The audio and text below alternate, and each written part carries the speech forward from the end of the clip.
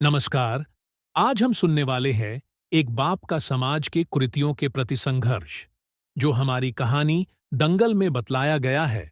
उससे पहले अगर आप हमारे चैनल रोमांचक कहानियों पर पहली बार आए हो तो सब्सक्राइब करना मत भूलना, नई कहानियां सबसे पहले सुनने के लिए। तो चलिए कहानी की शुरुआत करते हैं बिना किसी देरी के।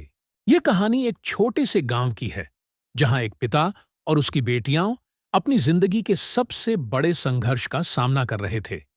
यह कहानी उस संघर्ष की है जिसे एक पिता ने अपनी बेटियों को मजबूत बनाने के लिए और बेटियों ने खुद को साबित करने के लिए किया।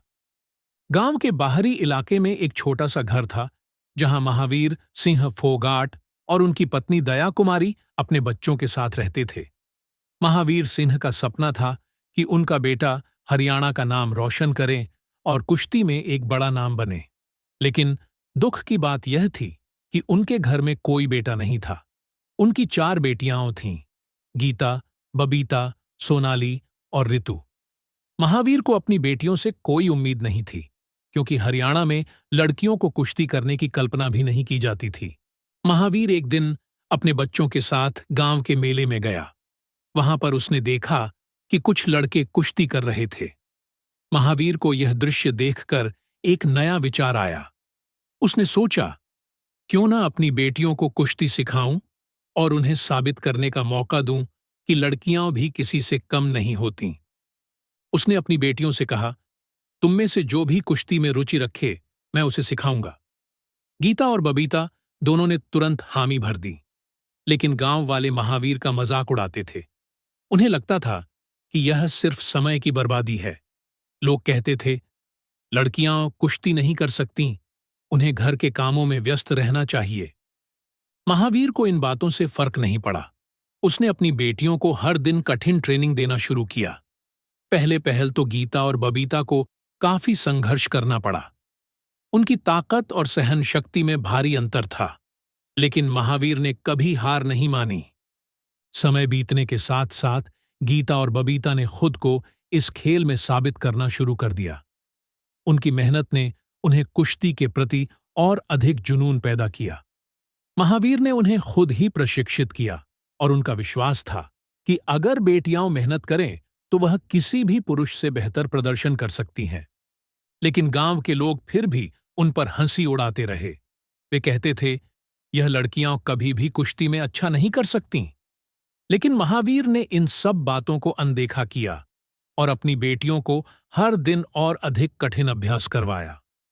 गीता और बबीता ने धीरे धीरे अपनी ताकत और तकनीक में सुधार किया। एक दिन महावीर ने अपने दोनों बेटियों को गांव के स्थानीय कुश्ती मुकाबले में भेजने का निर्णय लिया। गीता ने पहले मुकाबले में जीत हासिल की, जबकि बबीता को हार का सामना करना पड़ा। लेकिन हार के बावजूद बबीता ने हार मानने का नाम नहीं लिया। उसने सोचा कि अगली बार वह और बेहतर प्रदर्शन करेगी। महावीर ने अपनी बेटियों को कहा, हार केवल एक कदम है सफलता की ओर। अब हमें अपनी गलतियों से सीखना होगा और अगली बार और बेहतर करना होगा। यह शब्द उनके लिए एक प्रेरणा बन गए। बबीता ने अपनी हार से सीखा और अगली बार उसने जीतने के लिए पूरी ताकत लगा दी। समय के साथ गीता और बबीता की मेहनत रंग लाने लगी। वे दोनों अब राष्ट्रीय स्तर पर कुश्ती में भाग ले रही थीं। गीता ने अपनी कुश्ती में सुधार किया था और उसने लगातार प्रतिस्पर्धाओं में जीत हासिल की थी। महावीर को अपनी बेटियों पर गर्व था, लेकिन उसकी असली परीक्षा तब आई जब गीता को एक बड़े दंगल में हिस्सा लेने का मौका मिला। यह दंगल हरियाणा के एक प्रसिद्ध कुश्ती स्थल पर हो रहा था, जिसमें देश भर के बड़े पहलवानों ने भाग लिया था। गीता के सामने जो प्रतिद्वंदी था वह बहुत ही अनुभवी और ताकतवर था, लेकिन गीता ने अपनी पूरी ताकत लगाकर उसे हराया। महावीर ने अपनी बेटी को जीतते हुए देखा और उसकी आंखों में गर्व के आंसू थे। यह जीत सिर्फ गीता के लिए नहीं, बल्कि पूरे परिवार और समाज के लिए एक बड़ी उपलब्धि थी। महावीर ने अपनी बेटियों को यह सिखाया था कि कोई भी लक्ष्य असंभव नहीं है, अगर आप अपनी पूरी मेहनत और विश्वास के साथ उसे हासिल करने की कोशिश करें। बबीता ने भी अपनी हार को अपनी ताकत बना लिया था और अगले दंगल में उसने एक एक करके कई पहलवानों को हराया। बबीता की मेहनत और आत्मविश्वास ने उसे भी देश भर में पहचान दिलाई। उसने साबित कर दिया कि लड़कियां भी लड़कों से कम नहीं होती और किसी भी क्षेत्र में सफलता पा सकती हैं। आज गीता और बबीता दोनों ही राष्ट्रीय स्तर पर कुश्ती के लिए प्रसिद्ध हो चुकी थीं। महावीर सिंह फोगाट की बेटियां न केवल अपने गांव बल्कि पूरे देश के लिए एक प्रेरणा बन चुकी थीं। हरियाणा के कई गांवों में अब लड़कियों को कुश्ती की ट्रेनिंग दी जा रही थी।